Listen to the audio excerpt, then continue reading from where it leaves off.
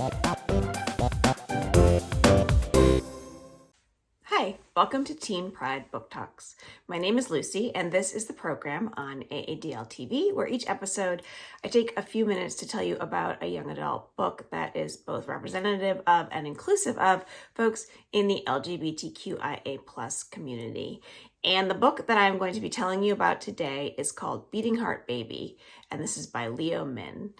Beating Heart Baby is the story of two 17-year-olds, but it starts with 17-year-old Santi, who had a childhood best friend whom he called Memo. Santi's life when we meet him at age 17 is sort of a mess because Memo ghosted him when they were friends in middle school. He and Memo never met in person. They only ever met online. They connected in middle school because they both loved this game called Mugen Glider, which is a made-up game for the purpose of this book. And that game and conversations about that game were sort of a touchstone for them and their friendship. And in starting to talk about that online, they realized that they had a lot more in common and a lot more that they could share with each other. Santi and his online friend communicate with usernames and not their real names, so they actually never know the other's true identity, and they've never seen nor heard each other's voices, which is significant for them and their friendship. They know certain details about each other, but they don't know everything about each other. And there's a sort of anonymity to their friendship that allows them to know each other first as the ways in which they want to present themselves, the ways that are important to them.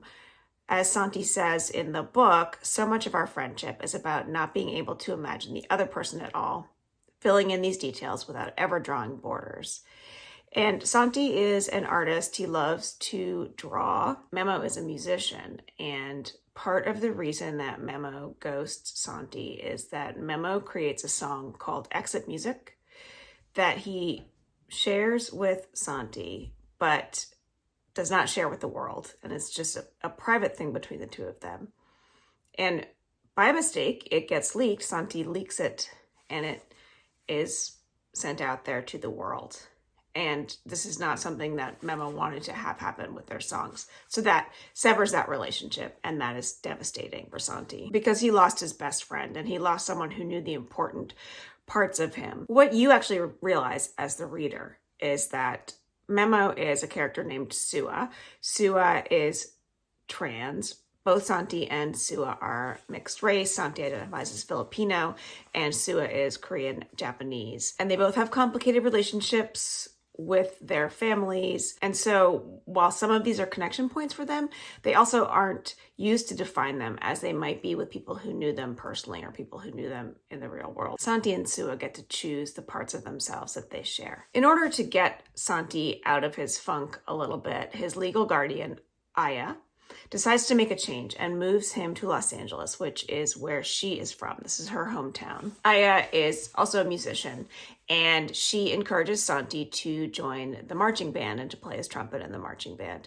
He does this, and he finds that the band crew at his new school is very welcoming. The marching band is called the Sun Showers, and they really are like a team, a really close-knit group of people.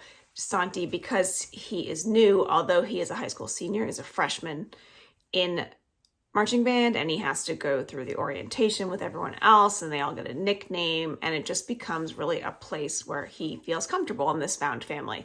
There is one member of the marching band who is a little bit more standoffish to him, and this is a boy named Sua Moon.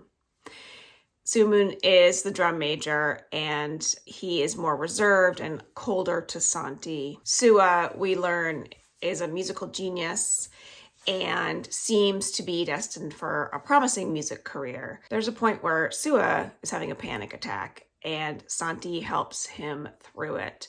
And this draws them closer. This changes the way that Sua views Santi, and they become really good friends over time. And then they start to become more than friends. And it's a real slow burn of a romance, but it feels very authentic in that way. And once they are very close, Santi shares a realization that he's had with Sua. And Sua ghosts him again.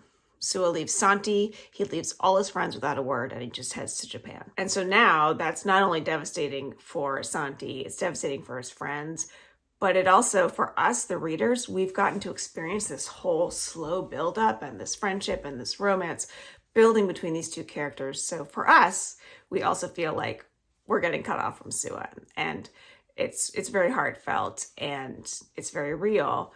This book is set up like a mixed tape. So there's a side A and a side B, and each chapter is a track, like a song. So what I just told you happens in side A.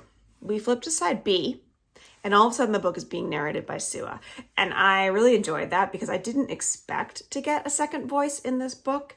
And I always like to hear the other character's side. So when we get Sua's point of view, Sua is in Japan. He's touring with a famous musician. She's producing his music. He's opening for her. She's taken him under her wing. And in Sua's section, we really start to get a sense of his personality. In Santi's section, we saw how Santi just wore his heart on his sleeve and he told us everything he was feeling. We see how Sua is a much more withholding person with his feelings. Part of this is something that he sort of butts heads with as far as this woman he's on tour with. She wants Sua to come out publicly. Though Sua's friends know he's trans and Santi knows Sua's trans, he has not come out publicly.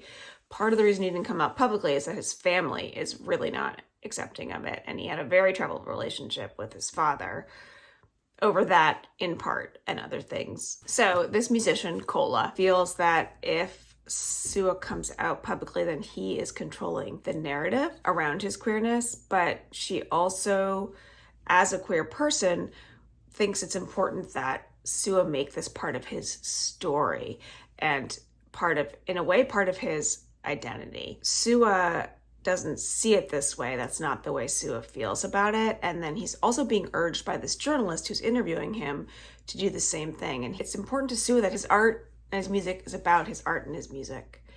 And that is what he gets to be known for, not his transness, not his coming out, because his coming out has not been an easy story. He says to the woman who's interviewing him, "I'm here to share my story, the pain that's shaped me into someone interesting, and you're here to witness and regurgitate it for listeners. I suffer, thus I'm relatable. I'm real. You can see yourself in me. But I didn't get into music so other people would feel, reflected, because I made music despite my own reflection, to make myself believe that what I saw in the mirror wasn't all that I was or would become. Things are turning out okay for me now, but they were bad for a long time. All you see now is the shiny stuff, but it gilds a lot of darkness. And I don't want anyone to go through what I did. I don't want to draw a connection between my upbringing and my art.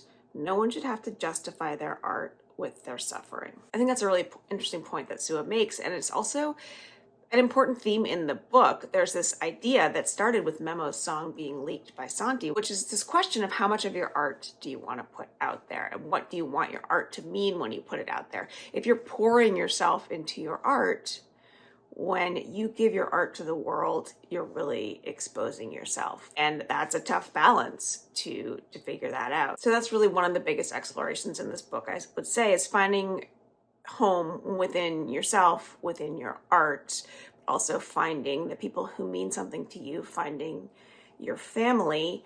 And it really explores identity and culture and love. When Sua and Santi reconnect, the relationship they have ends up being very different from the other iterations of relationships that they've had. I love the way that this book was presented to us in this cassette tape format and the way that we got these two alternating sides. This book was filled with feeling. It was filled with music. It dealt very sensitively with issues around gender dysphoria, around abuse, around loss, anxiety, and depression, and still ended up being this really wonderful story about essentially these two boys and the way in which they connect. Beating Heart Baby is different from anything I've read in a long time. I really enjoyed reading it. I hope that you do too. Thanks for joining me.